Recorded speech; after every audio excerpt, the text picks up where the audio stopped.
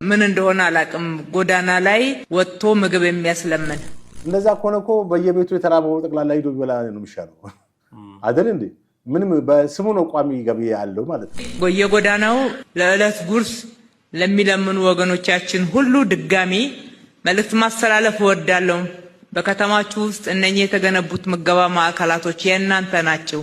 ኑና ተመገቡ ከማለት ሄዶ ሰዎችን ማንሳት ይሄ መረጃ የሌላቸው በጣም ብዙ 100,000 ሰዎች አሉ። ንጹህ ምግብ፣ ደረጃውን የጠበቀ ምግብ በክብር እጃችሁን ታጥባችሁ በንጽህና መታችሁ እዚህ መመገብ ትችላላችሁ እና ተጠቀሙበት ማለት እወዳለሁ። ምሳ መብያተው በየቤተ እምነቶች ሁሉ እንደሚያሳልፉ ምሳ ሰዓቱን ቢሮአቸው ውስጥ ተደብቀው ከዘበኛው ተደብቀው እንደሚያድሩ ማደሪያ አጥተው ማለት የሚከራዩበት ቤት እንኳን ተወዶባቸው ማለት ነው። ቋሚ ገቢ ያለው ሰው ብቻ እንጂ ከዛ ውጪ ሆኖ የሚያስፈልገው ሰው ከየት እንዴት መጣ ሊለው የሚችል ማንም የለም። እንደዚህ አይነት አሰራርም የለንም። ወይ ደሞዝተኛም ቢባል ምን ቢባል የምግብ ፍጆታው ከበር ማድረግ ካልቻለ ያው ነው ከልመናም ማይተናነስ ነው የኖር ያለው።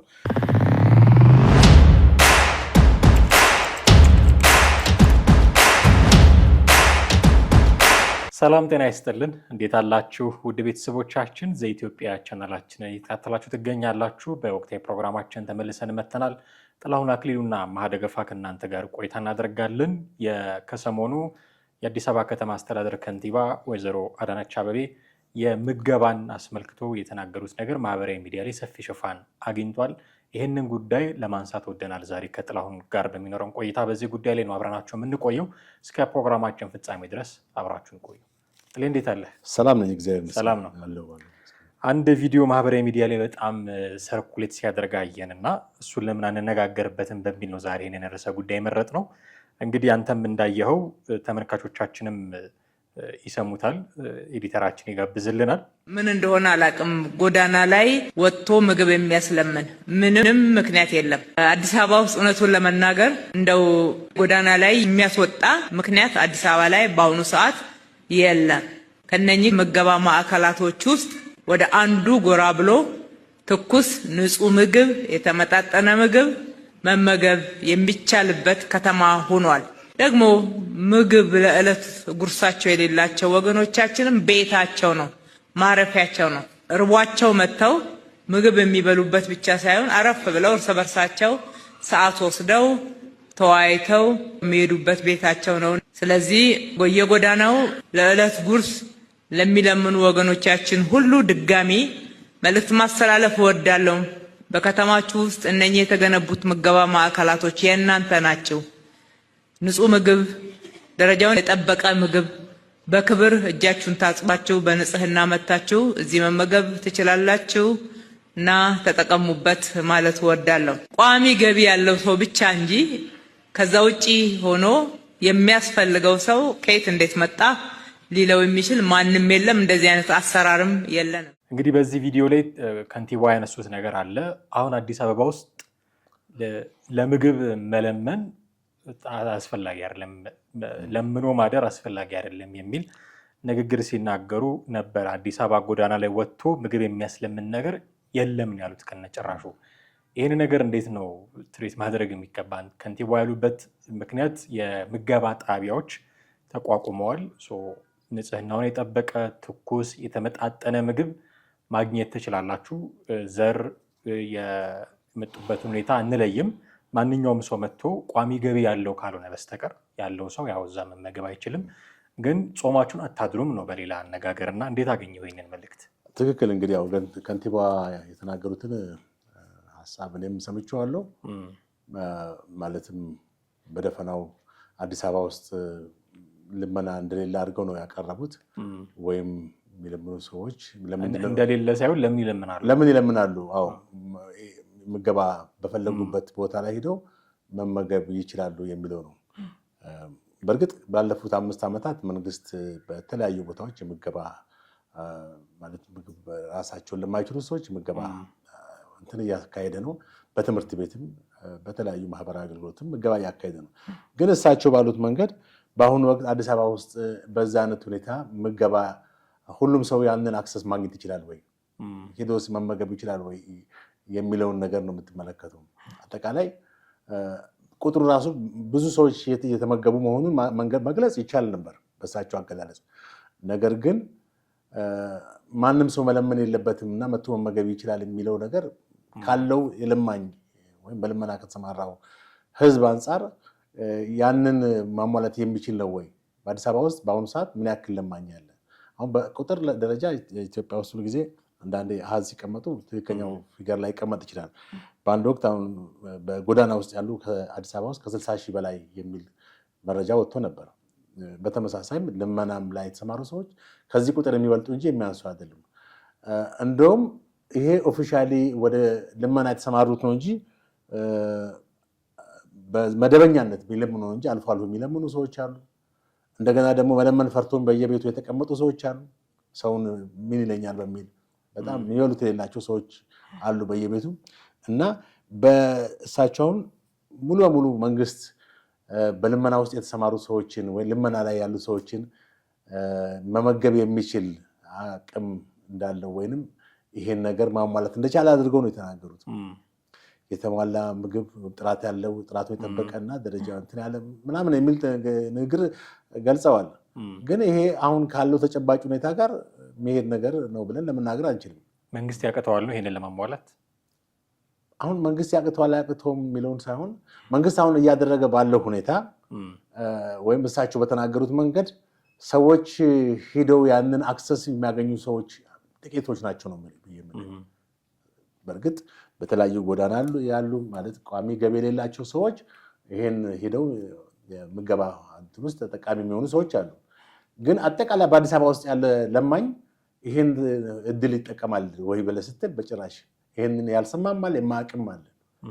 እንደገና መንግስት ይሄን ሁሉ ብዛት ያለውን አሁን ቁጥሩ ምን ያክል ነው የሚለው ከፍተኛ ቁጥር ነው። መንግስት ያቅተዋል የሚለውን ጥያቄ ምልክት ውስጥ እንከተዋለን። መንግስት ያለውን ሀብት ሁሉ ተጠቅሞ እንትን ካለ በእርግጥ ላያቅተው ይችላል ያለውን ኢኮኖሚ ሁሉ። ግን አሁን ባለው ሁኔታ ለልመና ወይም መምገባ ደረጃ የሚያቀርባቸው በጀቶች አሉ።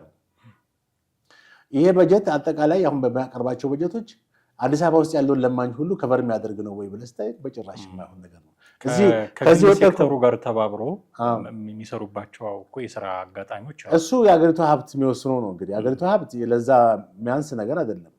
አሁን ችግሩ ምንድነው? የሪሶርስ ጉዳይ ሳይሆን ያንን ሪሶርስ የመጠቀም ሁኔታ ነው እንጂ ኢትዮጵያ ሪሶርስ እንዳላት ምንም ጥርጥር የለውም። ሁሉም አፍሪካ ሀገር ሪሶርስ አለው ራሱ። ችግሩ ያለው ያን ሪሶርስ ማኔጅ የማድረግ ወደ ተግባር የመቀየር በአግባቡ የመጠቀም ችግር ነው። የድህነት መነሻውም የሪሶርስ እጥረት አይደለም። የማኔጅም የአስተዳደር እጥረት፣ የሙስና እና የተለያዩ ቢሮክራሲ፣ የፖለቲካ ስርዓት፣ የፖሊሲ ጉዳይ ነው እና አሁን ባለው ሁኔታ ኢትዮጵያ ምን አይነት ደረጃ ላይ ነች የሚለውን ነገር ቀጥለን እናያለን። ግን ከንቲባ የተናገሩት ንግግር ትንሽ የተጋነነ ነው። ባጭሩ የተጋነነ ንግግር ነው። መንግስት አቅም እንዳለው ወይንም በቃ አዲስ አበባ ውስጥ ከዚህ በኋላ መለመን አያስፈልግም የሚል ነው እሳቸው። እኛ ከዚህ ብንወጣ ስንት ለማኝ በየመንገዱ እናያለን። ካፌ ቁጭ ብለህ ስንት ለማኝ መጥቶ ይጠይቃል። ልጅ የታቀፈች ሴት በየቦታው የምንመለከተው ነገር ነው። ማታ ማታ መገናኛ አካባቢ ተመልከት ያለውን የለማኝ ሜዳ ላይ በጠራራ ፀሐይ ወድቆ የምታየው ከተለያዩ ክልሎች የመጡ ከአማራ ክልል ሊሆን ይችላል፣ ከደቡብ ክልል ወድቆ ሜዳ ላይ የሚለምኑ ሰው ልጆች መንግስት እውነት አሁን እሳቸው ባሉት መሰረት ትክክል ነው ብለን ብንል መንግስት ማለትም ለምሳሌ በጸጥታ በፖሊሶችም ሆነ በዚህ በደንብ አስከባሪዎች እኮ እሳቸው ባሉት መሰረት ከየጎዳና ነው የተራቡ ሰዎችን እየሰበሰቡ ወደዛ መውሰድ ነው። ኑና ተመገቡ ከማለት ሄዶ ሰዎችን ማንሳት። ይህ መረጃ የሌላቸው በጣም ብዙ 100,000 ሰዎች አሉ። በቀን አንድ ጊዜ በላይ መመገብ የማይችል አንድ ጊዜ ለመመገብ በከራ በልተው የሚኖሩ ሰዎች ሞልተዋል። ጎዳና የወጡ ቅድም እንዳልኩት ጎዳና የወጡ ሰዎች ብቻ ሳይሆን በየቤቱ በር ዘግተው በቃ ግራ የተጋቡ ሰዎች መኖራቸውን ማወቅ ያስፈልጋል። እና እሳቸው አሁን ይህን ሲናገሩ በአንድ በኩል በእርግጥ መንግስት እያደረገ ያለውን ነገር ዝም ብለን በደፈናው እንትን አንልም አንደፈጥጥም። ያደረጋቸው ያሉ መልካም ነገሮች አሉ፣ ግን ተጋኖ መወራት የለበትም ማለት ነው። ሁሉም ሰው በቃ የምግብ እንትኑ እንዳሟላ ተደርጎ እንኳን ሌላው ይቅርና እንደው ቋሚ ገቢም ያለው በአሁኑ ሰዓት የምግብ እንትኑን ገና አልተቀረፈ ሰው አለ። ምክንያቱም በሀገሪቱ የምግብ ምርት የሸቀጦች ምርት በየጊዜው እየጨመረ ባለበት ሁኔታ እንኳን በልመና ላይ ያለውን ተወው እና ይቅርና ኖርማሊ ገቢ ያለው ቋሚ ገቢ የመንግስት ስራም ያለው ባለፈው በዚህ ፕሮግራም ላይ ሰራናቸው ስራዎች አሉ አይደል? የመንግስት ሰራተኛ ምሳ መብያተው በየቤተ እምነቶች ሁሉ እንደሚያሳልፉ ምሳ ሰዓቱን ቢሮአቸው ውስጥ ተደብቀው ከዘበኛ ተደብቀው እንደሚያድሩ ማደሪያ አጥተው ማለት የሚከራዩበት ቤት እንኳን ተወዶባቸው ማለት ነው። ስለዚህ ኢትዮጵያ ውስጥ ያለው የኑሮ ሁኔታ እጅግ የከፋ መሆኑ ምንም ጥርጥር የለውም። የምግብ ዋነኛነት ደግሞ የምግብ ችግር ነው። አገሪቷ ላይ ያለው የድህነት አሁን የምግብ ችግር ስንል ምንድነው? አንደር ፖቨርቲ ላይን ወይም ከድህነት በታች በዓለም ባንክ የወጣ ሪፖርት አለ። በ2023 ሲወጣ እስከ 2001 ሪፖርት ሲወጣ ለምሳሌ በ5 ዓመት ውስጥ ሪፖርቱ ፈንክሽናል ይሆናል። አሁን ትዝ ይል እንደሆነ በኢህአዴግ ጊዜ ኢህአዴግ 2011 በ11 በመቶ እድገት አድርጓል ኢኮኖሚ ብሎ ያለው ከ2000 ጀምሮ እስከ 2003-4 ድረስ 5-6 ድረስ ነበረ ወይም ለውጡ እስኪመጣ ድረስ ማለት ጠቅላይ ሚኒስትር አብይ እና ያው የኢኮኖሚ እንትን ፊገሮች አንዳንድ ጊዜ ለአንድ ዓመት ብቻም ሳይሆን 2-3 ዓመት የሚዘልቁበት ሁኔታ እንዳለ ማወቅ ያስፈልጋል። እዚህ ጋር ግን አሁን ከ2023 ጀምሮ እስከ ዘንድሮ እስከ 2026 የወጣውን የዓለም አቀፍ የዓለም ባንክ ሪፖርት ስንመለከት በዓለም ባንክ ላይ አፍሪካን ፐልስ አናሊሲስ ኦፍ ኢሹ ሼፒንግ አፍሪካ ኢኮኖሚክ ፊውቸር በሚል ርዕስ ነው ባወጣው ሪፖርት ላይ ከሰሃራ በታች የሚገኙ 60% የሚሆኑ የዓለም ድሃ ህዝቦች በዓለም ውስጥ ካሉ ድሃ ህዝቦች ከ100% 60% የሚገኙት የት ናቸው? ሰብሳሃራን አፍሪካ። ከሰብሳሃራን አፍሪካ ወይም ከሰሃራ በታች በአፍሪካ ባለው ቦታ የሚኖሩ ሀገሮች ናቸው ማለት ነው፣ የአፍሪካ ሀገሮች። ከዛ ውስጥ አንዷ ኢትዮጵያ ነች። እነዚህም ሀገሮች የቀን ገቢያቸው $2 በላይ ነው። እንግዲህ $2 በታች $1 ስንት ነው? በኖርማል ማርኬት በባንክ የሚመነዘሩ 160 ብር ነው። 160 ብሎ 160 ብር በቀን 160 ብር የአንድ ምግብ ዋጋ ራሱ ስንት ነው በአሁኑ ሰዓት? እንደው አሁን ማጆሪቲውን ነው የምንወስደው። ጥቂት የበለጸጉ ሰዎች ጥቂት ትንሽ ያሉትን ሰዎች አሉ። መንግስት አሁን የሚያየውን ችግሩ ምንድነው? ከአብዛኛዎቹ ይልቅ በኢኮኖሚ ያደጉትን የበለጸጉት ሰዎች ነው አጉልቶ የሚያየው በነጽሩ። ነገር ግን ማየት ያለበት አብዛኛው ድህነት ውስጥ ያሉትን ነው። ገብቷል? እና $2 በታች ያሉ ናቸው ይላል። ከነዚህም ውስጥ ደግሞ 35% ከድህነት ወለል በታች የሆኑ ኑሮ እንደሚገፉት ገልጿል። 35% የሚሆኑት ከድህነት ወለል በታች ቅድም እንዳልኩ ከድህነት ወለል በታች ናቸው የተባሉት ውስጥ ደግሞ 36% የሚሆኑት ህዝቦች የሚገኙት በናይጄሪያ፣ በዲሞክራቲክ ኮንጎ ሪፐብሊክ እና በኢትዮጵያ ነው። እንግዲህ ሪፖርት ነው፣ እኛ የፈጠርነው ነገር አይደለም። በሶስቱ አፍሪካ ብቻ አሁን ሁልጊዜ ሪፖርት ሲወጣ መንግስት አሁን ትዝ ይል እንደሆነ ኢህአዴግ 11% አድግ ያለው ብሎ ብዙ ጊዜ ሲለፍፍ የነበረበት ሁኔታ ትዝ ይለኛል። እኛም በተቻለ መጠን ይህን ባላንስ ለማድረግ የኢኮኖሚስቶችን እናነጋግር ነበር። ነፍሳቸውን የማርና አቶ ተመስገን ዘውዴ በጭራሽ ትክክል እንዳልሆነ ፓርላማ ላይ የሚናገሩት ጉዳይ ነው። እኔም በግሌ እጄ አንድነት ፓርቲ ላይ አነጋግራቸው ነበር። ሌሎችም የኢኮኖሚ ባለሙያ ዶክተር ፈቃደ እና 11% አድጌያለሁ ብሎ በተደጋጋሚ ሲናገር የዓለም ባንክ 6% ነው ብሎ ኢኮኖሚውን ያስቀምጣል። አጠቃላይ የምርት እድገቱ ማለት ነው። አሁን ኢትዮጵያ መንግስት እንግዲህ አሁን በዚህ መንገድ የቀረበው ሪፖርት ደግሞ ትክክል አይደለም ብሎ በራሱ አሁን ምሳሌ ስንት በመቶ ነው አድጌያለሁ የሚለው 8%፣ ዓለም ባንክ ደግሞ ቀንሰዋል ወደ 5 ነው 6%፣ እንደዛ ነገር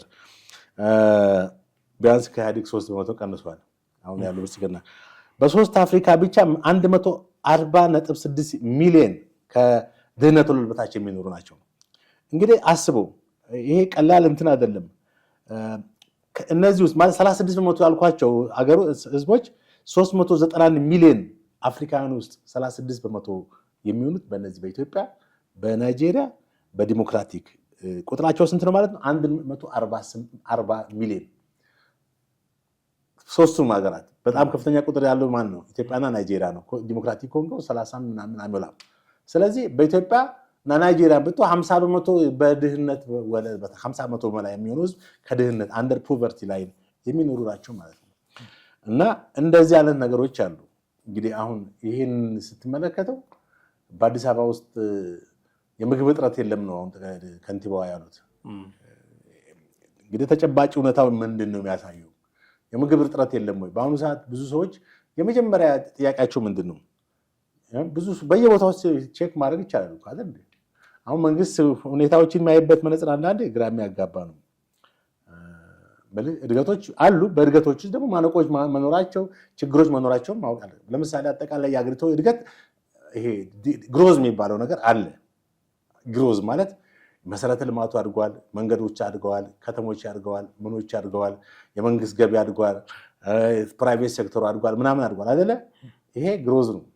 ዴቨሎፕመንት የሚለው ደግሞ በኢኮኖሚስቶች አገላለጽ ፕሮፖርሽናል ከዚህ ከእድገቱ ጋር ከዚህ ከመጣው ልማት ጋር የህዝቡ እድገትም አብሮ መታየት ያለበት። ዝም ብሎ ጂዲፒውን ብቻ ቁጥር ነው የሚሆን። አለበለዚያ የሆነ ቁጥር ታስቀምጣለህ። አለበለዚያ ይሄን ያክል በመቶ ይሄን ያክል በመቶ የሚሆን ነገር ነው የሚሆነው መንግስት። ከዛ ይሄ ደግሞ ተጨባጭ ሁኔታን የሚያሳይ አይደለም ማለት ነው። እና ሌሎችም የወጡ ሪፖርቶች አሉ። አሁን በኢትዮጵያ ውስጥ የመጠጥና የፍሳሽ አገልግሎትን በእርግጥ አሁን ይሄ 2023 ሪፖርት ነው ብያለሁ። አሁን ሪፖርቱ አንዳንድ ጊዜ ላይቀይር ይችላል። በእርግጥ አሁን ይሄ ኮሪደር ልማት መቼ ነው የተሰራው? 2024 25 ነው አይደል? እሺ ያንኑን እንግዲህ የ2023ን ስንመለከተው 41% ስታንዳርዱን የጠበቀ የፍሳሽ አገልግሎት የሌላቸው ተመልከተ። ኖ 41% የመጠጥ ውሃ የሌላቸው ይላል። እውነት ለመናገር አሁንም እኮ ይሄ ውጤት እንዴት ነው? የመጠጥ ውሃ ሀገራችን ላይ ያለው ስትመለከቱ አሁንም በየቤቱ በየቀኑ ውሃ የሚመጣበት ውሃ አለ በ3 ቀን አንድ ቀን። እሺ ይሄ ሪፖርት እንዳልተቀየረ ነው የማስበው እኔ። እንደው ምናልባትም አሁን ከጥናቱ ሊጨምር ይችላል። 95% የፍሳሽ አገልግሎት የላቸው ይላል። 95% አዲስ አበባ ውስጥ የፍሳሽ አገልግሎት የላቸው በ2023። እሺ በ2024 እና 25 ኮሪደር ልማት ምናምን ሲሰራ የፍሳሽ ውሃ ተሰርቷል። ያን ቁጥር ማስተካከያ ሊኖረው ይችላል። ዞሮ ዞሮ አሁንም ብዙ ሰው የፍሳሽ ውሃ የሌለው መሆኑን ማረጋገጥ ያስፈልጋል። ሌላ የዋጋ ንረቱን በተመለከተ ነው። የዋጋ ንረቱ 9.7 በዘንድሮ ዓመት 12% ተከስቷል። ምንም ጥርጥር የለውም። ማንኛውም ጉልት ነጋዴን ጠይቃት ሁሉ ነገር ተወዷል የምትል ቲማቲም ብትል፣ ሽንኩርት ብትል፣ እዛ ሌሎች የአትክልት አይነቶች ብትል፣ ወደ ጤፍ ብትል ሁሉ ያልተወደደ ነገር የለም። ብዙ ሰዎች ሲያማሩ ነው እንጂ ደስተኛ ሆኖ የሚሸምሰው አይታቃለ። የገዛውን ዕቃ ራሱ እያመረ ነው ይዘው ወደ ቤት የሚገባው። በተለያየ አጋጣሚ ግን መንግስት ይህንን ጫና ለማርገብ የሰንዴይ ማርኬቶች የሳምንቱ መጨረሻ ቀናት ላይ የተለያዩ ጎዳናዎች ላይ የምግብም ይሁን ሌሎች ሸቀጣሸቀጦች ከገበሬው ቀጥታ ተጠቃሚው ጋር ጥሩ ነው እኮ ተመልካቻለሁ ያለ ለመቀነስ ጥረት አሁን የሰንዴይ ማርኬት ላይ ሲጀመር ጥሩ ነበር። ብዙ ሰዎችም አፕሪሼት እያደረጉት ነበረ። ግን እየመጣ ሲመጣ በሰንዴይ ማርኬት አቅርቦት ላይ ብዙ ቅራኔዎች የተፈጠሩ ነው። አንዳንድ ጊዜ ለምሳሌ የዋጋም ልዩነት የሌለባቸው ሁኔታዎች አሉ። አንዳንድ ቦታ ምርቶች ላይም ጥራት ያላቸው ነገሮች የማቅረብ ሁኔታ አለ። እንደገና የሰንዴይ ማርኬት አቅራቢዎች ራሳቸው ተገደው እንደዛ እንደሚሸጡ ለምሳሌ የአንድ እንትን ዋጋን በጣም በግማሽ ከሚሸጥበት በግማሽ እንዲሸጡ ነው የሚያመጡበትና እዚህ ጋር የሚሸጡበት እኩል አለ። አንፈልግም ብሎ ቢሉ ያን ቦታ ያጡታል። ገብቷል? ያን ቦታ ያጡታል። ለምሳሌ አትክልት አይነቶችን የሚያመጡበት መንገድ እና እዛ ጋር የሚሸጡበት እኩል እንዳልሆነ ነው የሚያወሩት። ያውን ስገዛቸው ማለት ነው። እና ያንን ቦታ አንሸጥም አንፈልግም በዚህ ሁኔታ ብለው ቢሉ መንግስት ስለሰጣቸው በነፃ ከቦታው እነሱን አባሮ ሌላ ይተካባቸዋል። ያንን ላለማጣት ቦታውን ላለማጣት ብሎ ነው እንትን እያደረጉ ያሉት። እና እንደዛ ነው ሁኔታ አለ። በቀጥታ ከአምርቱ ወደዛ በሚመጣበት ፕሮሰስም ላይ ያደረገው ነገር ነው የሚያየው እንጂ መንግስት ዋጋው ላይ እዛ ማኔጅ እንዲደረግ ወይም ዋጋ ቁጥጥር ላይ ይህን ያክል አልሰራም። አሁንም ድረስ በጣም ምርቶች ላይ ከባድ ጭማሪ እንዳለ ነው የሚያሳየው ማለት ነው። እዚህ ጋር የኢትዮጵያ እንግዲህ 12% ነው እንትን ነው በዓለም ላይ ግሎባል ኮር ኦፍ ኢንዴክስ ላይ ምን ያለ ኢንፍሌሽን 2.8 ነው በቃ አንድ በጣም ኢንፍሌሽን ወይንም ይሄ ዋጋ ንረት የሚባለው ከባድ ከተባለ እኛ ስንት ደርሰናል? 12 ደርሰናል። ቀላል አይደለም። የ10 በመቶ ምናምን ጭማሪ አለ። በአሜሪካ 3.8 ነው። አሜሪካ ትልቅ ሀብታም ስለሆነች አይደለም ኢንፍሌሽኑ መቆጣጠር የድህነትና የሀብታምነት የበለመበልጸግና ለመበልጸግ ጉዳይ አይደለም፣ የመንግስት ፖሊሲ ነው። ይሄ ሌላ ሪሶርስ ሌላ እንትን አያስፈልግም። አውሮፓ ውስጥ 1.9 በመቶ ነው ኢንፍሌሽኑ። አሁን ሌላው ትልቁ ነገር ብዙ ሰዎች ኮምፕሌን የሚያደርጉበት ኢትዮጵያ ውስጥ የሀብት ክፍፍል ነው። ዌልዚ አንኢኳል ዌልዚ ዲስትሪቢዩሽን ማለት ነው። አንኢኳል ዌልዚ ዲስትሪቢዩሽን እና የሀገሪቱ ሀብት ክፍል በጥቂት ሰዎች ብቻ ካፒታል እንደተያዘ ጥቂት ሰዎች ብቻ በጣም እንደበለጸጉ አሁን መንግስት ብዙ ጊዜ ሀገሪቱ አድጋለች ህዝቡ በልጽጓለች ብሎ ሲል እነዚህን ጥቂት ከ2 እና 3% የማይበልጡትን ሰዎች ነው እየጠቀሰ ያሉ ማለት። አብዛኛው ህዝብ ግን በድህነት አሁን ኢትዮጵያ ውስጥ እንደውም የሀብት ክፍፍል ይሄ ዝም ብሎ ሀብታምና ድሃ ይባላል እንጂ 2 3 4 ደረጃ 5 ደረጃ ሊኖሩ እንደሚችል ፈርስት ክላስ ሰከንድ ሰርድ ምናምን እያደረገ ታወጣለች የምትችለው ብዙ ነገር አለ። ጭራሽ አሁን ከንቲባ ቅድም እንደተነጋገር ነው በአዲስ አበባ ውስጥ መለመን ላያስፈልግ ይችላል፣ መጥቶ መብላት ብቻ ነው አሉ። እንደዛ ከሆነ እኮ በየቤቱ የተራበው ጠቅላላ ሂዶ ቢበላ ነው የሚሻለው አይደል እንዴ? ምንም በስሙ ነው ቋሚ ገቢ ያለው ማለት ነው እንጂ የወር ደመወዝተኛም ቢባል ምንም ቢባል የምግብ ፍጆታው ከበር ማድረግ ካልቻለ ያው ነው ከልመናም ማይተናነስ ነው የኖር ያለው። ስለዚህ ይሄ በጣም ይሄ ፖሊጋርኪ አይነት በጣም የመጠቁ ሀብታሞች አሉ። ያን እንግዲህ ለዛ በእርግጥ በአሁኑ ሰዓት በጣም ወደ ከፍተኛ የሀብት ደረጃ እርከን ላይ ያሉ ሰዎች ናቸው፣ ሚሊዮነሮች ሆኑ ማለት ነው፣ ወደዛ ወደ ቢሊዮን ደረጃ ደረሱ። ነገር ግን እነዚህ ምን ያክል ናቸው በቁጥር እስካልኩ ከ130 ሚሊዮን ምናልባትም 10 ሚሊዮን የሚደርሱም አይመስለኝም። እውነቴን ነው። አሁን ከተማ ውስጥ የሚታዩት መኪናዎች ምናምኖች ቅንጦት ነገሮች ሁሉ ስትመለከት የጥቂት ሰዎች እንጂ እንደውም የ2026 ሪፖርትን ነው የምነግርህ። የ2026 ሪፖርት የድህነት እንትኑን 41 ነበር አይደለም 2023። ይሄ አሁን አንድ ሰው ተቃውሞ ኖ ይሄ 2023 ነው የምታናገረው እንኳን ቢለኝ የ2026ን አየሁት 43 ደርሷል። 2 በመቶ ጨምረናል። ዛት ሚንስ ከሀገሪቷ ህዝብ ውስጥ 43 በመቶ በከፋ ኑሮ ሁኔታ ውስጥ የሚኖር ማለት ነው። በድህነት አይደለም በከፋ አንደር ፖቨርቲ ላይ ነው። ድህነትማ ብዙ ነው እና ይሄንን ታሳቢ እንግዲህ አድርጎ መንግስት ምልህ አንዳንድ መግለጫዎችንም እንደ ሀሳቦችንም ሲናገር ሀገሪቷ ያለችበት ተጠባቂ ነገር ማብራቱ ጥሩ ነው እንጂ አዲስ አበባ በምግብ ራሷ እንደቻለች አድርገው አሁን ከንቲባዋ የተናገሩት ንግግር በጭራሽ ተቀባይነት ያለው ነገር ግን ሊሆን አይችልም። አሁን መንግስት ያደረጋቸውን መልካም ነገሮች እያጣጣልን አይደለም፣ ግን ተጨባጭ ሀቁን መካድ ደግሞ አትችልም። እነሱ ስልጣን ላይ ስላሉ ይሄን ነገር ስልጣን ላይ ሲወጡ ደግሞ ተቃራኒውን ሊያወሩ ነው ማለት ነው። እንደ ተቃዋሚ ፓርቲ መቼም ትክክለኛ ተቃዋሚ ማለት ነው። ጥሩ ነገር አያወራ መንግስት ጥሩ ነገር ሊያወራ አይችልም። ክፉን አውርቶ ተፎካካሪ የሚል ተሰጥቶታል ነጥብ ማንስም። ግን ዞሮ ዞሮ ተፎካካሪም በለው ምንም በለው ተቃዋሚ ነው። መንግስትን ፖሊሲ መንግስትን ይቃወማል።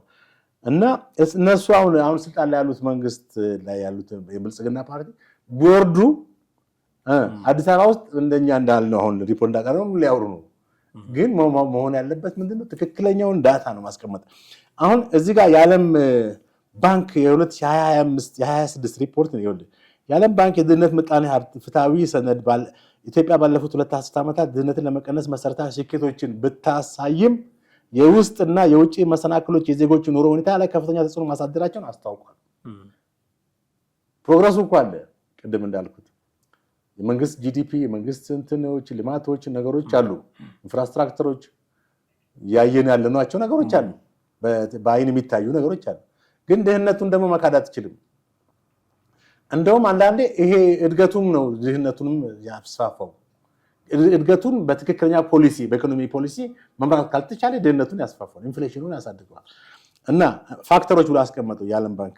አንደኛ የኮቪድ ወረርሽኝ፣ እሱ በዓለም አጠቃላይ በወቅቱ በ2012 በኛ አቆጣጠር በእነሱ በ2019 ነው 12 ሲደመር 7 19 መሰለኝ። እሺ ያው 1920 በ2019-20 ኮቪድ-19 የተባለው በ2019 ስለሆነ ነው መሰለኝ። በ2019 ወረርሽኝ ምክንያት የዓለም ኢኮኖሚ ነው የተናጋው። በኢትዮጵያም ይሄን የአየር መንገድ ማስተጓገል፣ የቱሪዝም ገቢ መቀነስ፣ ሌሎች ነገሮች መንግስት ትላልቅ ተቋማቶች ገቢ መቀነስ እና የፕራይቬት ሴክተሩን ጨምሮ ብዙ የኢኮኖሚ ጫናዎች ነበሩ። ሁለተኛ የሰሜኑ የኢትዮጵያ ጦርነት በኢትዮጵያ ፌዴራል መከላከያ እና በትግራይ ክልል መካከል በነበረው ጦርነት እንግዲህ የወደመውን ሀብትና ያለቀውን ህዝብ አሁን በትግራይ ምን ያክል ሰው ነው የሞተው እስካሁን ድረስ እሱ ፊገር አይታወቅም።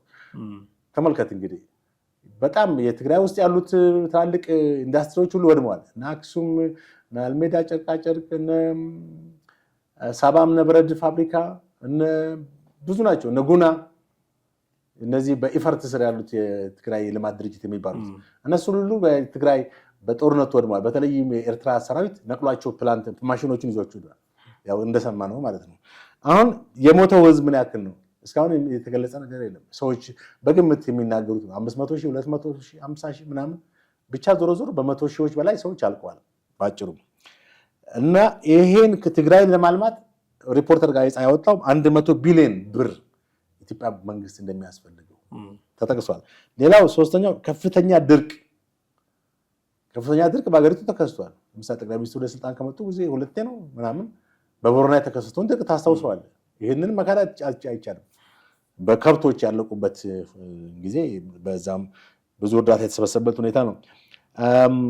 እንግዲህ አሁን ባለው ሁኔታ አጠቃላይ ይህን ቅድም የጠቀስኩልህን አሃዝ ታሳቢ ማድረግና አገሪቱ ያለችበትን ተጨባጭ ሁኔታ ማወቅ ያስፈልጋል።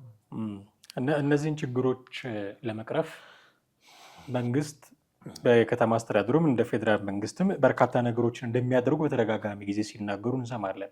ለምሳሌ ቅድም ለማንሳት እንደሞከርኩት በከተማ አስተዳደር ረገድ የሚያነሷቸው የመፍትሄ አቅጣጫዎች አሉ። የሚያስቀምጧቸው እንዲህ አድርገናል፣ ከመሀል የደላላዎችን ሰንሰለት ለመበጣጠስ ለማስቀረት እንሞከራለን ይላሉ። በጣም በርካታ ነገሮች እንደሚያደርጉ እንገምታለን። ጠቅላይ ሚኒስትሩም አንድ ጊዜ ሲናገሩ ሰምቻቸዋለሁ። ኢትዮጵያን የሚያሳድገው መካከለኛ ገቢ ያለው ብዙ ሰው ሲኖር ነው።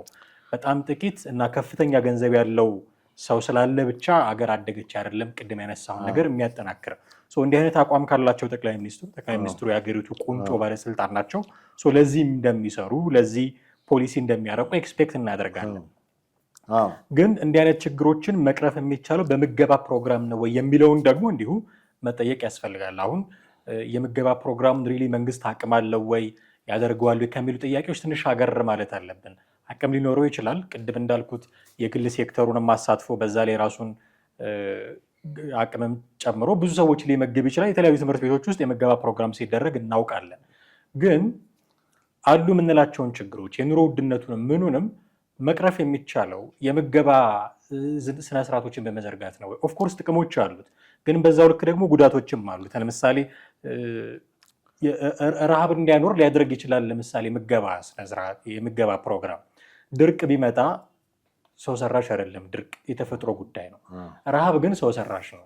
ድርቅ እንደሚመጣ ቀድሞ ስለሚታወቅ ፕሪዲክት ስለሚደረግ ያ ድርቅ ረሃብ እንዳያመጣ ቅድመ ዝግጅት ይፈልጋሉ። የምገባ ፕሮግራም ያንን ለመከላከል የሚሆን ሊደረግ ይችላል። ከዚህ አንጻር ጥቅም ሊሰጠው ይችላል። የማህበራዊ ዋስትና ሊያመጣ ይችላል። ለምሳሌ ወንጀሎች እንዲቀንሱ ሊያደርግ ይችላል። ለመብላት ብሎ ሰው ወንጀል ሊሰራ ይችላል።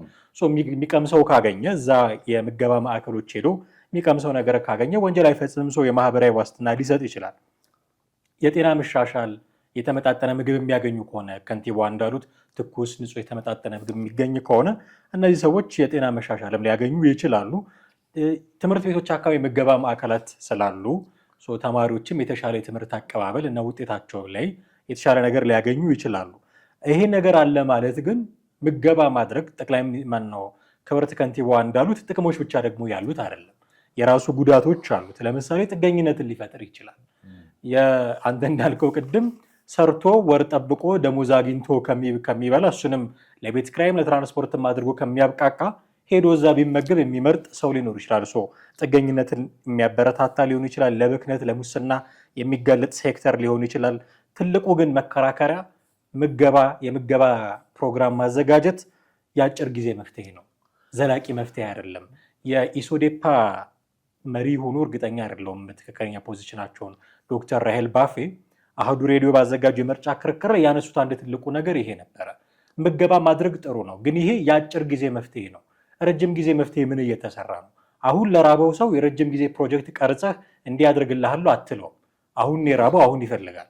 ግን አሁን የራበው ሰው ነገ ከነገ ወዲያ እንዳይረበው የሚያደርጉ ደግሞ ዘላቂ የሆኑ ፕሮጀክቶች ያስፈልጋሉ። ሁሌ እየመገብክ፣ ሁሌ ጥገኛ እያደረግ፣ ሁሌ በአንተ ጥገኝነት ስር ሆኖ ዜጋ አይዘልቅም። ስለዚህ የአጭር ጊዜ መፍትሄ ነው ይሄ። ምንኮራበት አይደለም። ዜጋችንን መመገብ ችለናል የምገባ ፕሮግራም ብለን ምንኮራበት አይደለም። እነዚህን ሰዎች ራሳቸው መመገብ የሚችሉ ማድረግ አለብን፣ ማብቃት አለብን የሚል ክሪቲክስ ሲያስቀምጡ ማይቻለው እና ጉዳዩ አጭር ጊዜ መፍትሄ ነው እንጂ ዘላቂ ስላልሆነ ሊታሰብበት የሚገባ አይነት ነው የሚሉ ደግሞ ኮሜንቶች። በጣም ትልቅ ነጥብ ነው ያነሳውማ። ምክንያቱም አሁን ያነሳዋቸው ነጥቦች ይሄ መንግስት እያካሄደ ያለው ለጊዜያዊ ወይም ሰዎች ረሃብ ለማስታገስ ነው እንጂ በዘላቂነት ሰዎችን የሚጠቅም ነው ወይ የሚል ስታነሳ አይደለም። እንደውም ጭራሽ የጥገኝነትን ስሜት የሚፈጥር ነው። ሰዎች በቃ መንግስት ያበላናል ያጠጣናል በሚል በዛ ውስጥ ስለሚበሉት ነገር እንዳያስቡ ነው ጭራሽ የሚሆነው። በአንድ በኩል መልካምነቱን ታያለ፣ መልካም ነው። የተራቡ ሰዎች ጊዜያዊ ማስታገሻ ይሰጣል። ሰዎች ወንጀል እንዳይሰሩ ወደ ጥፋት እንዳይሄዱ ሊያደርግ ይችላል። ግን በዘላቂነት ሰዎች ከድህነት ማውጫ መንገድ አይደለም፣ የሰስቴይነብል ዴቨሎፕመንትም አይደለም፣ ዘላቂ የሆነ የሰዎች የልማት ወይም የእድገት መሰረትም አይደለም። እንደውም አንድ አባባል አለ ወይም ምሳሌያዊ አነጋገር ነው። የየትኛው ሀገር ምሳሌያዊ አነጋገር እንደሆነ ባላውቅም ብዙ ሀገሮች ይጠቀሙበታል። ለአንድ ሰው አሳ አስግረ ከምትሰጠው ይልቅ እንዴት አሳ ማስገር እንዳለበት ብታስተምረው በቃ አንተን ሁልጊዜ አይጠብቅም። ሁልጊዜ ካልተማረ አሳ እንዴት ማስገር እንዳለበት ካላወቀ ባህር ዳር ቆይ ብሎ አንተን እጅ ይጠብቅ ይላል። መንግስትም ዜጎችን ማብቃት ነው ያለበት። በተለያዩ የአነስተኛ የሆኑ የስራ መስኮች ስሞል ኢንዱስትሪዎችን ማስፋፋት ነው። አሁን ስሞል ኤንድ ሚዲየም የሚባሉ እንትኖች አሉ አይደል? ማይክሮና ጥቃቅንና አነስተኛ እንትኑ የሚባሉ እና እነዚህን ሴክተሮች ማስፋፋት። እነዚህን ሴክተሮች ሲያስፋፋ ደግሞ ከፖለቲካ ወገንተኝነት የግድ የፓርቲውን ፖሊሲና ዓላማ የሚቀበሉትን ብቻ ከተለያየ ፓርቲ ውስጥ የማይደግፉትን ብልጽግናን የማይደግፉትንም ኒውትራል የሆኑትም ሰዎችም ማሳተፍ አለበት። ሁልጊዜ የፓርቲ እንትን የሚፈርሙትን ሰዎች ብቻ ወይም አባልነት እዛ ያሉትን ሜምበር የሆኑትን ሰዎች ብቻ መሰብሰብ የለበትም። ኢህአዴግ ያደርግ እንደነበረው ማለት ነው። አሁን ተመሳሳይ ከሆነ በጣም ዋጋ የለውም። ዝም ብሎ ደጋፊዎቹን ብቻ ነው የሚያኖረው፣ ስራ የሚሰጠው፣ የስራ እድል የሚፈጥርላቸው ማለት ነው። አሁን ይሄ የጥገኝነትን መንፈስ የሚፈጥር ነው።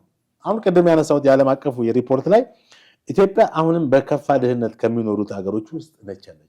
የመንግስት እድገትና የህዝብ ኑሮ ሌላ ጉዳይ ነው፣ ለየቅል ነው። ቅድም እንዳልኩት የዓለም ባንክ የመንግስት አገሪቷ እያደገች መሆኑን አልካድም። ግሮዝ አለ። ነገር ግን ዲቨሎፕመንቱ በትክክል አልመጣም። ዲቨሎፕመንት ማለት ሰብአዊ ልማቱ ገና ነው። አሁንም በጣም ብዙ በድህነት አረንቋ አንደር ፖቨርቲ ላይን ወይም ከድህነት ወለል በታች የሚኖሩ ሰዎች መኖራቸው ምንም ጥርጥር የለም። ከድህነት ወለል በታች የሚኖሩ ሰዎች ለማረጋገጥ ደግሞ ቅድም የጠቀስኳቸው ክራይቴሪያዎች በዋነኝነት ማለት ምን ያክል ሰው በድህነት ወለል ውስጥ ያለው በ2023 የነበረው 41 በመቶ በ2026 ሄዶ ማየት ይቻላል። ጎግል ማድረግ ይቻላል። ያው ስለተናገርኩ አይደለም። ጎግል አድርጎ ወይም ጎግልን አላምንም ካሉ ደግሞ የራሳቸውን ዳታዎች ማሰራት ነው። ደግሞ እዚህ ጋር የሀብት ክፍል ላይ 1 በመቶ ብቻ የሚሆነው መኪና ተመልከት። እንግዲህ ማቀዝቀዣ ፍሪጅ ማለት ነው እና ኮምፒውተር ያላቸው መሆኑን ያጠቀሰው ልክ ነው። አብዛኛው ህዝብ አሁን መኪናዎች ሲመሰመሷን ብዙ ሰው ያለው ብሎ የሚያስብ አንድ የውጭ ሀገር ዜጋ ሊኖር ይችላል። ግን በታክሲ የሚሰለፈውን፣ በባስ የሚሰለፈውን፣ በተለያየ ትራንስፖርት እንትኑ በእግር የሚሄደውን ደግሞ አስበው። ቀላል አይደለም። በኢትዮጵያ ውስጥ ከስንት ሰው መኪና ያለው ስንት ሰው የለውም የሚለውን እንግዲህ ማጣራት ነው። በትምህርት ደረጃ በከተማ ውስጥ 45 በመቶ የሚሆኑት ከአጠቃላይ 15 በመቶ በከተማ ውስጥ ሲሆን 45 በመቶ ደግሞ በገጠር ውስጥ ያልተማሩ ሰዎች እንዳሉ ይጠቅሳል። ይቅርታ ይሄን አሃዝ ላስተካክለው። በከተማ ውስጥ 45 በገጠር 86 በመቶ 15 በመቶ ያልተማረ ካለማ በከተማ ውስጥ ብዙ ሰው ትምሯል ማለት ነው። ስለዚህ ከግማሽ በላይ ወደ ግማሽ የሚጠጋ ህዝብ በከተማ ውስጥ ያልተማረው ነው ማለት ነው። በገጠር ደግሞ 86 የገጠሩ ጎልማሳ መጀመሪያ ደረጃ ትምህርት ቤት ያልገባ ነው። ዛት ሚንስ አሁን በግብርና የሚተዳደረው ስንት ነው ኢትዮጵያ ውስጥ? 85% ነው። ይሄ አብዛኛው 85% ያልተማረ ገበሬው ማለት ነው። እና ይሄ የትምህርት ሽፋኑ መንግስት እንደሚያወራበሳው ብዙ ያልተማሩ ሰዎች በሀገሪቱ ውስጥ እንዳሉ ማሳያ ነው ማለት ነው። አንድ ለትምህርት የደረሰ ህፃን ትምህርት ቤት ያልገባ የቤተሰብ አካል ያላቸው 26% የመጀመሪያ ደረጃ ያልጨረሱ ጎልማሶች ቤት እንዳለ ነው ሪፖርቱ የሚያሳየው ማለት ነው። አጠቃላይ እንግዲህ በኢትዮጵያ ውስጥ ቀደም እንዳልኩት 43 ከረንትሊ በአሁኑ ሰዓት 43% ከድህነት ወለል በታች ያለ ህዝብ እንደሆነ ነው ሪፖርቱ የሚያሳየው። የሀገሪቱ ኢኮኖሚ ባያድግም በአሁኑ ሰዓት በጣም ብዙ ሰው መሰረታዊ የሚባሉት የምግብ፣ የመኖሪያ እና የአልባሳትም እንግዲህ እንደ አንድ ኔሴሲቲ ጉድስ ነው የሚታየው እና እነዚህ መሰረታዊ የሚባሉ ነገሮችን ማሟላት የማይችል አቅሙ የሌለው ሰው ነው። አሁን መንግስት ምገባ እያካሄድኩ ነው ብሎ የሚለው ምን ያክል እስከ መቼ ነው በመንግስት የሚያካሄደው ምገባው ነው? ረጅም ዓመት ስንት ዓመት ሊመግብ ነው? እሱ ነው ትልቅ ጥንቃቄ የሚፈልገው። ምክንያቱም ሁሌ እየመገቡ መቀጠል አስቻይ ላይሆኑ ይችላል። የነፃ ምገባ ፕሮግራም ቅድም እንዳለው ለአጭር ጊዜ ለረሃብ ወይ ደግሞ ለፍጉር ስለሌላቸው ሰዎች ተጋላጭ ለሆኑ ወገኖች እጅግ አስፈላጊ ሊሆን ይችላል። ሰብአዊነትንም የሚያሳይ ተግባር ነው። ግን ለረጅም ጊዜ ለዘላቂ ስለማይሆን የስራ ዕድል ፈጠራ ላይ ማተኮሩ ትክክል። እዚህ ጋር የምጠቅሰው አንድ ነገር አለ። በአዲስ አበባ ውስጥ አሁን ልመና እንደ እንትን ነው፣ በቃ እንደ ተራ ማንም ሰው በቃ ተነሱ የሚለምንበት ሁኔታ ነው። መደበኛ ለማኞች አሉ። ድሮ የነበሩት መደበኛ ለማኞች አሉ። አሁን ተጨማሪ ጊዜያዊ የሆኑ ለማኞች አሉ። አልፎ አልፎ የሚለምኑ አሉ። አርጀንት የሆኑ ለማኞች አሉ። እንደዚህ ደርሶብኝ፣ እንደዚህ ንብረቴ ተሰርቄ፣ እንደዚህ ሁኜ፣ እንደዚህ ተጎድቼ፣ እንደዚህ ተሰርቄ ምናምን የሚሉ ሰዎች አሉ። ቴምፖራሪ ለማኞች አሉ። ብዙ እኮ ነው የልመናው ራሱ አይነት ልክ የሀብቱ ደረጃ እንደሚለያየው ልመና ቋሚ ለማኞች አሉ። ሁሌ ዛሶ በቃ እድሜ ልካቸውን ለምኖ ለመሞት የተዘጋጁ ሰዎች አሉ። የሆነ ቦታ ላይ ማታጣቸው ሰዎች አሉ አይደል? ያው ተሰጣቸዋል። እንደገና ደግሞ አልፎ አልፎ የሚለምኑ አሉ። ሲቸገሩ የሚለምኑ እናቶች አይታል ሲለምኑ እንግዲህ የሚያሳፍር ነው። አንዳንድ ሰዎች አለባበሳቸው ጥሩ ሆኖ የሚለምኑ ሰዎች አይታል። አሁን እነዚህን ሰዎች መንግስት ምገባ ብትለው ያፍራል፣ አይሄድም። አይበላ መንግስት ያዘጋጀለትን። ስለዚህ ልመና ባህልን ለማስቀረትም መስራት ነው የሚያስፈልገው። አሁን ስለሚመግበው ሰው መንግስት ማውራት ያለበት ስለሚፈጥረው የስራ ኦፖርቹኒቲዎች ነው። እንደገና ደግሞ እንዳልኩ እርጀንት ለማኞች አሉ፣ ወይም ኢመርጀንሲ የሆነ አደጋ ጊዜ እንደዚህ ንብረት የተሰርቆ እንደዚህ ሁኜ ቤት የተቃጥሎ ምናምን የሚሉ ለማኞች አሉ። አየህ ነፃ ምገባን ኤክስፔክት የምናደርግባቸው ጊዜዎች ይኖራሉ። አደጋዎች ይፈጠራሉ። አደጋዎች ሲኖሩ ቴምፖራሪ ነው። ያም እኮ ፐርማነንት የሆነ በዘላቂነት የምትሰጠው የልመና ሁኔታ መኖር የለበትም። ዘላቂ የስራ ዕድል በመፍጠር ሊቀረፍ የሚገባው ጉዳይ ስለሆነ አሁን ውጭ ሀገርም እኮ ያለው ዲስኤብል የሆኑ ሰዎች ተንቀሳቅሶ ለመስራት የማይችሉ አሁን በማህበረሰቡ ውስጥ በአካል ጉዳተኛ የሆኑ መስራት የማይችሉ በተለያየ ኬዝ ውስጥ ያሉ ትራውማ ውስጥ ያሉ ምናምን ውስጥ ያሉ ሰዎች ነው እንጂ ጤናማ ዜጎችን ያሳፍራል ነው። ዝም ብሎ ከመንግስት ሂዶ መብላት ውጭ ሀገር ያሳፍር ነው። እነዚህ ጉዳዮች ጥንቃቄ ሊደረግባቸው ያስፈልጋል። እጅግ አድርጌ ያመሰግናለሁ። ጥሌ ወደ ቤተሰቦቻችን እናንተም ከኛ ጋር ነበራችሁ ቆይታ እጅግ አድርገን እናመሰግናችኋለን። የዛሬውን ፕሮግራማችንን እዚህ ላይ እናበቃለን። ጥላሁን አክሊሉና አማሃ ደገፋ ነበርን። በሚቀጥለው በሌላ ርዕሰ ጉዳይ እንጠብቃችኋለን። ጤና ይስጥልን።